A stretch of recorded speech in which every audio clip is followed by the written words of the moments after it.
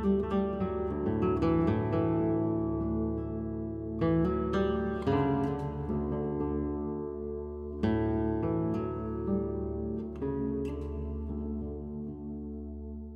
going to hike, and I'm going to do it just like anybody else. I'm going to choose my own routes.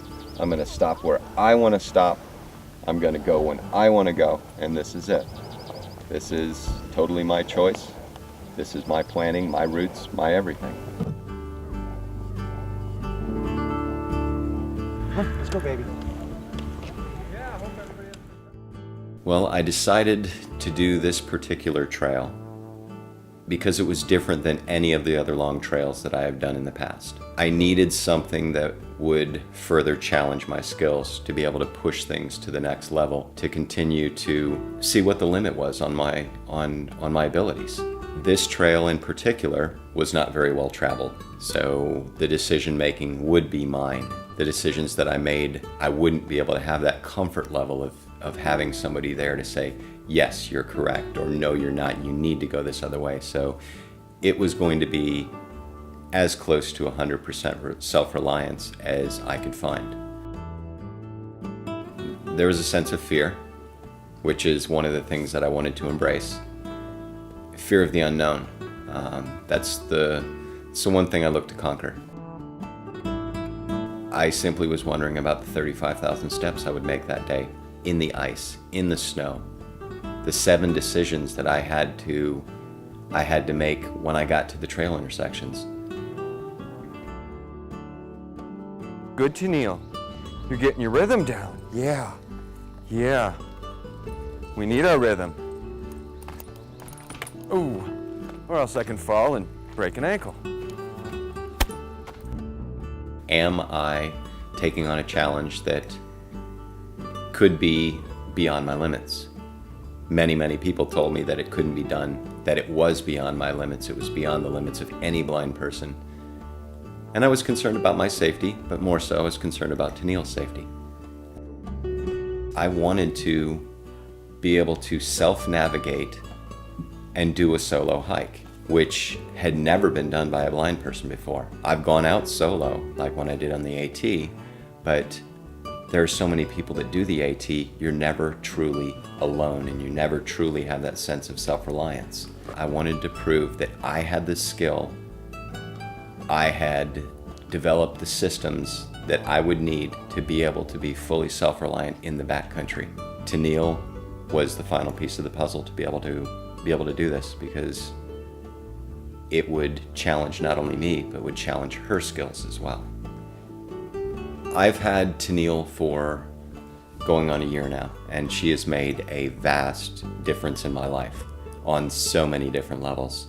I wanted to give back, some people call it paying forward, to the school that I got her from, which is Guide Dogs for the Blind. I wanted to help them be able to showcase unconventional ways that a guide dog can benefit somebody who's either sight impaired or is blind, and hopefully be able to raise a lot of money for them, so they can help, in turn, provide more dogs to more deserving individuals. This trip, weather-wise, I think we experienced it all from day one on the trail. At the time I chose to start, there should not have been 2 feet of snow on the trail. Everybody I encountered along the way said, the first thing out of their mouth was, well, it's not usually like this at this time of the year. And that was the story throughout the way. Okay, forward. Whoa, good girl. Good girl, Tennille. That's a good dog. It was bitter cold in the first part of the trail. And it made it colder because it rained almost every single day for in excess of a solid month. So you were continually wet. Everything you owned was continually wet. We had one night where the only place where we could camp was on the side of an exposed ridge. Well, at that night, it dropped down and the temperature was 10. I can't remember being that cold in a long time. It was one that will live in my memory for quite a period of time. And after the cold, we had some brushes with hypothermia and everything like that. But the amazing thing with this trail is that one day we're cold and 2 days later it's 90 degrees outside. So we went from one extreme to the other, and we had to deal with, there was no intermittent get ready for the heat. It was, okay, you've got to do it right away. And once the heat came, then it just wouldn't let us out of its grasps. I think even though the weather from one end of this trail to the other end, whether it was too cold, too wet, too hot, too humid, too something, I think going through and having that added, the added dimension of not pristine weather made it more of a challenge for us. And I think since we made it through it by making sound decisions, I think it made us better coming out the other end. Thank you, good girl.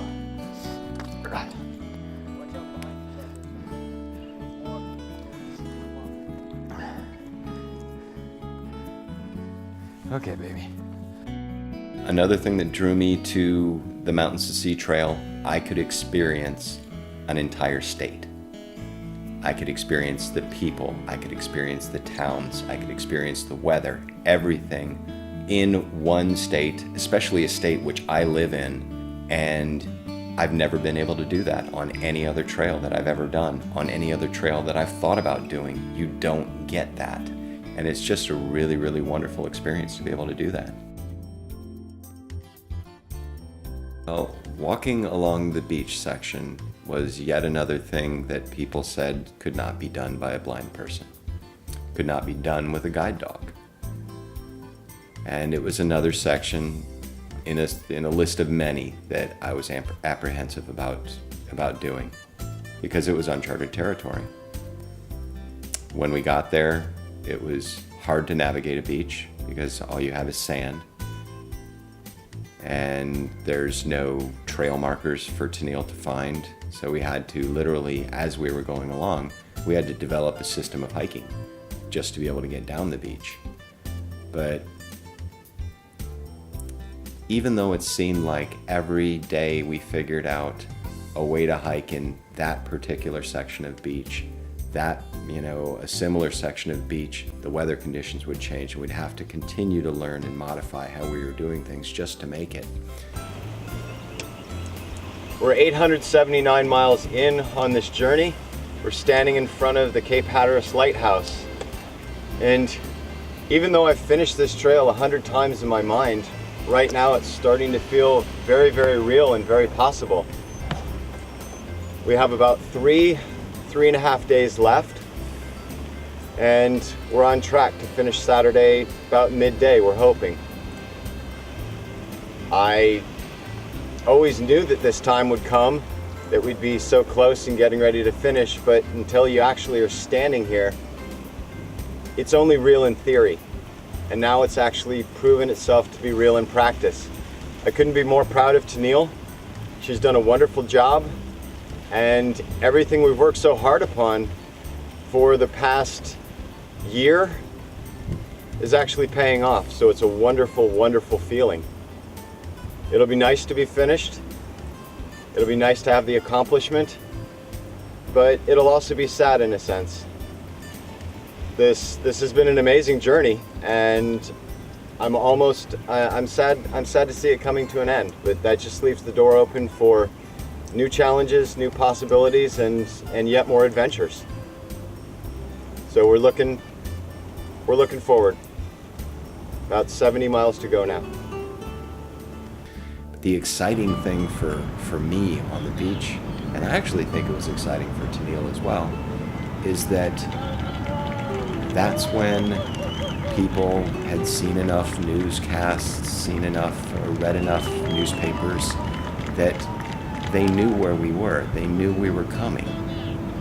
And the people came out in droves to support us. It was the most amazing feeling to have people you'd never met go to the beach, sit on the beach in anticipation of you coming by so they could yell words of encouragement to you. Now, I have a special commendation from the Governor of North Carolina I'd like to read, please. It says, State of North Carolina, Office of the Governor, Pat McCrory, Certificate of Acknowledgement and Congratulations.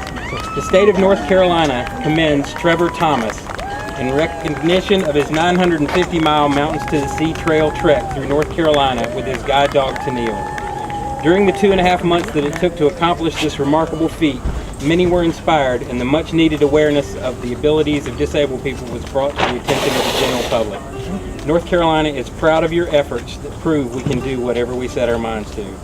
For your dedication and endurance and for exceeding your potential, the Office of the Governor recognizes you as an outstanding example of excellence. Signed, Governor Pat McCrory, Governor of North Carolina, June 21st, 2013. Wow.